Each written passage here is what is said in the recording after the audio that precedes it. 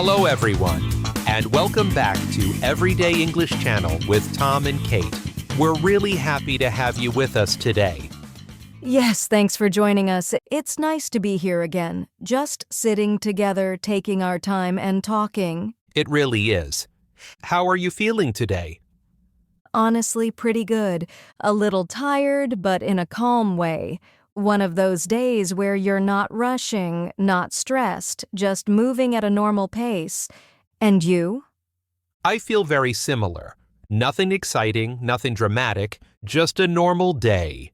And I actually like days like that. Same here. I think those days are often the best ones for conversation because you don't feel pressure to say something interesting. Exactly. And that's actually a good place to start for today's episode, because today we're not focusing on a specific situation like ordering food or introducing yourself. We're just talking. The kind of conversation people have every day. Yes, the kind of conversation that doesn't have a goal, doesn't need preparation, and doesn't need perfect English. And before we really get into it, if you're listening right now and you enjoy these calm, natural conversations, you can subscribe to the channel or share this episode with someone who's learning English. It really helps us, and we really appreciate it. Absolutely. So today's idea is very simple. We want to show what English sounds like when people are relaxed. Not when they're explaining something, not when they're teaching, but when they're just talking. And that's important, because many people learn English from textbooks, apps, or short lessons. Those things can be useful, but they don't always show how people actually speak in real life. Exactly.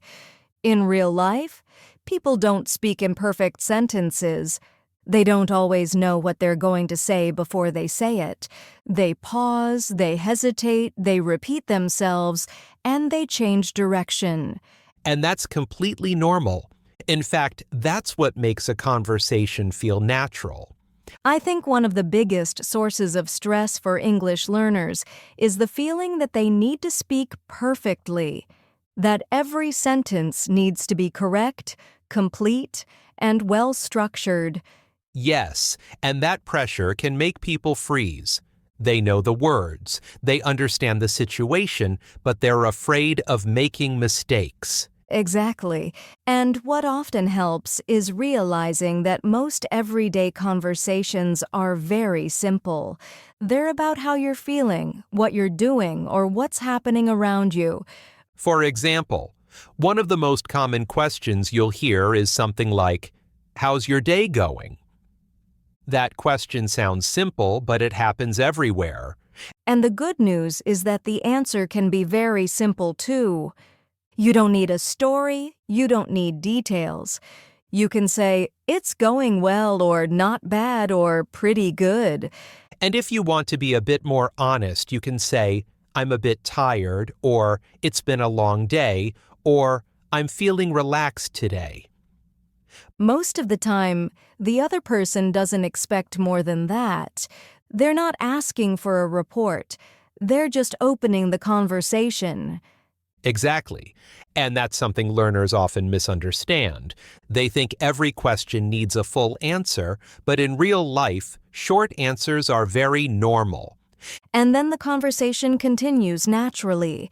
Maybe the other person reacts, maybe they ask something else, maybe they share something about their own day. For example, someone might say, "Yeah, same here, busy morning." And that's already enough to continue. You don't need to know what comes next. You just listen and respond. Another very common topic in everyday conversation is work, but not in a serious or technical way. Just small comments like, "Work was busy today," or "It was a quiet day at work." And again, the reaction doesn't need to be complicated. You can say, "Oh, really?" or "That sounds intense," or "That's nice." Those small reactions are very important. They show that you're listening, and they keep the conversation alive. And something interesting is that you don't need to add new information all the time. Sometimes reacting is enough. Exactly. You don't need to impress anyone. You don't need to bring a new topic every minute. Another thing people talk about a lot is plans. Very simple plans. Not big projects or long-term goals, just everyday plans. Questions like, "What are you doing later?"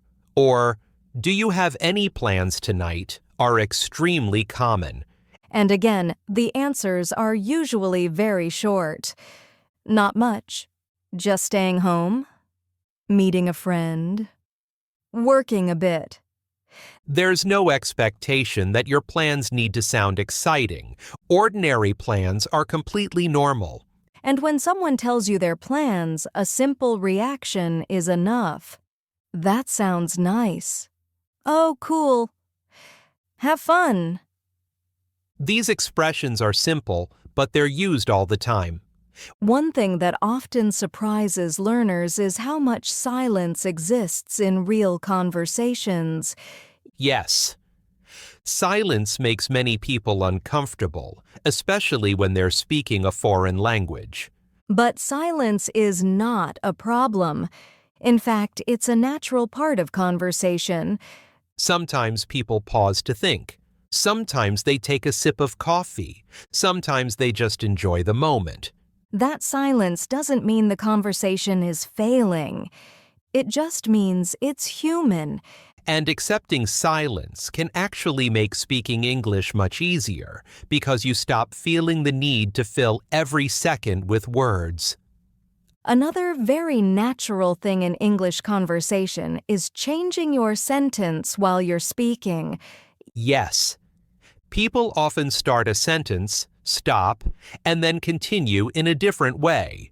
For example, someone might say, "I was thinking of going out tonight, but actually, I might just stay home." That kind of sentence happens all the time, and it's perfectly normal. For learners, this is very important to hear because it shows that you don't need to know the whole sentence before you start speaking. You're allowed to think while you speak. Another common feature of relaxed conversation is repetition. People repeat ideas, or they say the same thing in a slightly different way. Not because they're teaching, but because that's how natural speech works. And repetition actually helps understanding. It makes conversations easier to follow. So if you notice that you repeat yourself sometimes in English, that's not a bad sign. It often means you're speaking naturally. Let's talk a bit about stress, because stress is one of the biggest obstacles when speaking English. Many learners feel stressed because conversations are unpredictable. You don't know what the other person will say. But that unpredictability is normal. Even native speakers don't know exactly what will happen next in a conversation. One thing that really helps reduce stress is accepting that mistakes will happen. Everyone makes mistakes. Native speakers make mistakes too. They use the wrong word, they forget what they wanted to say, they change their sentence halfway. And that's something that's very important to remember because when you accept that mistakes are part of conversation, a lot of pressure disappears. You stop trying to control every sentence before it comes out. You stop checking every word in your head, and instead, you focus on the moment, on the person in front of you, and on what you want to communicate. Yes, and I think that's the moment when English starts to feel lighter. When it's no longer something you perform, but something you use. It becomes a tool, not a test. Exactly. And everyday conversations are the best place for that because they don't demand anything special from you. There's no exam, no score, no correct answer. You're just exchanging thoughts, impressions, small pieces of daily life. For example, People often talk about very simple things like the weather, their surroundings, or what's happening around them, not because it's interesting, but because it's easy and shared. Yes, and those conversations don't need to be original. You don't need a new idea. You can say the same things many people say every day. That's not boring. That's normal. Sometimes learners think that to sound natural, they need to say something clever.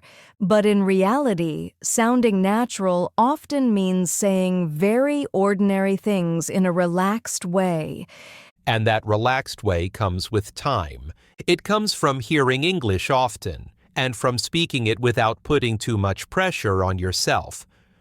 Another thing that helps a lot is realizing that conversations don't need to be balanced perfectly.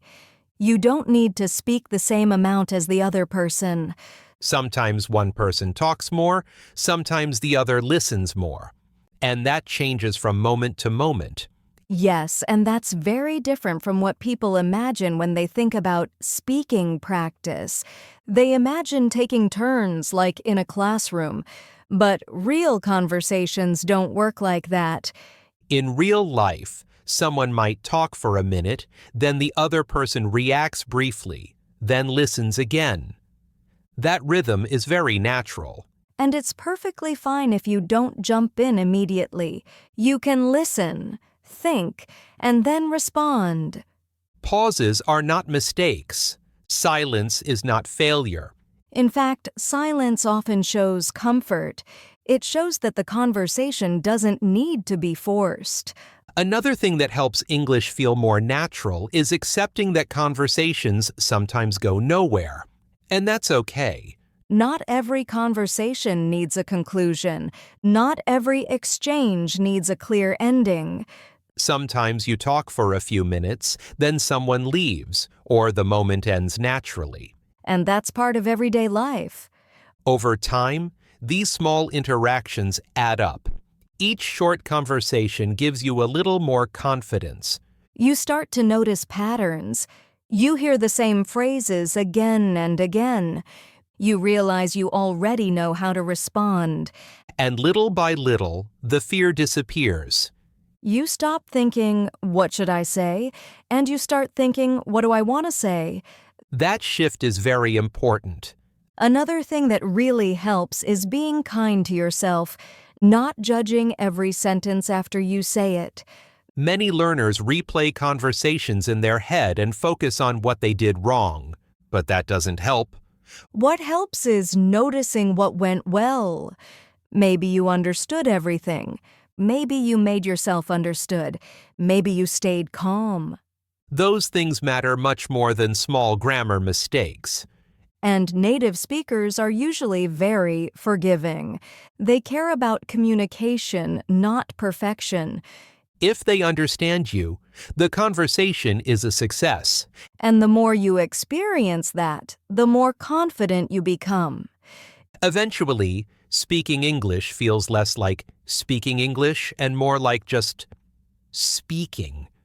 You stop separating the language from the interaction.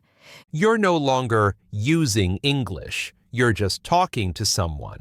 And that's the goal. There's also something important that happens over time when you get used to everyday conversations in English. You start to notice that your attention shifts. At the beginning, all your focus is on the language itself. You're thinking about vocabulary, grammar, sentence structure, and whether what you're saying is correct. But slowly, that focus moves away from the language and toward the conversation itself. And that change is subtle but very powerful. You stop listening to yourself and start listening to the other person. You react more naturally. You respond without translating everything in your head. And suddenly, the conversation feels lighter. This doesn't happen overnight. It happens through repetition, through many small, ordinary conversations that don't feel important at the time. Talking to a colleague for 2 minutes, saying a few words to someone in a shop, having a short exchange with a neighbor. None of these conversations feel special, But together they build something very strong: familiarity. Familiarity with sounds, with rhythm, with common expressions, and with the feeling of speaking English without stress. One thing that really helps is accepting that you don't need to hold the conversation. You don't need to keep it alive by force. Conversations are shared. Sometimes the other person talks more. Sometimes you do.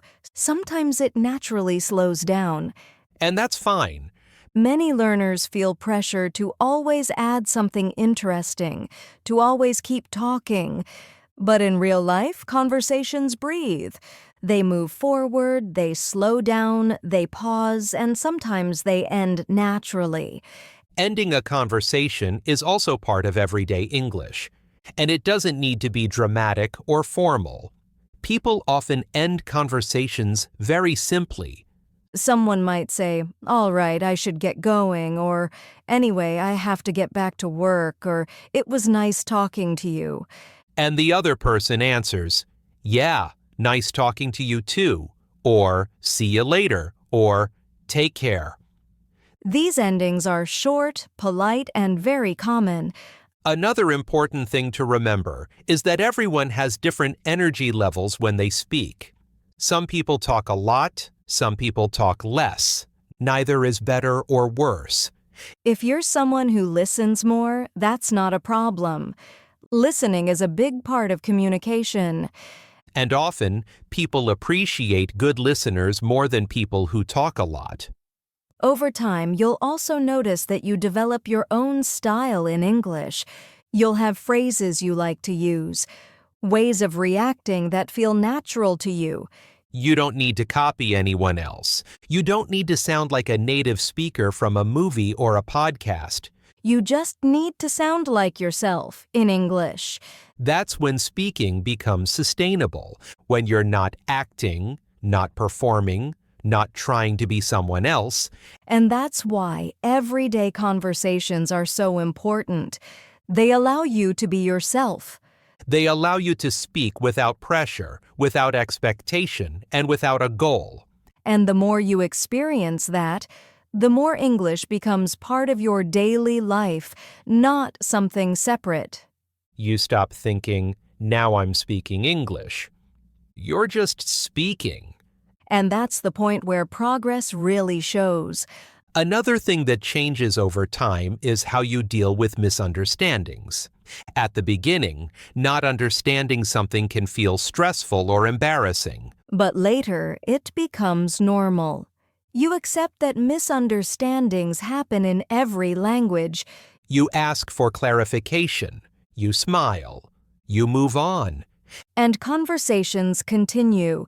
That confidence comes from experience, not from studying more rules. Studying is useful, but comfort comes from usage. And that's exactly what these kinds of conversations help build. They show you that English doesn't have to be perfect to be effective. It just has to be human. At some point, you'll notice that you're no longer afraid of simple conversations. In fact, you might start to enjoy them. Because they're easy, relaxed, and real. And that's when English truly becomes a tool for connection, not a source of stress. Before we finish, we just want to thank you for spending this time with us today. Yes, thank you for listening and for being part of this conversation. We hope this episode helped English feel a little more comfortable and a little less stressful. And if you enjoyed this episode, don't forget you can like the video, subscribe to the channel, or share it with someone who's learning English. Join us again in the next episode for another calm, everyday conversation. Thanks again for listening. And remember, keep speaking English every day.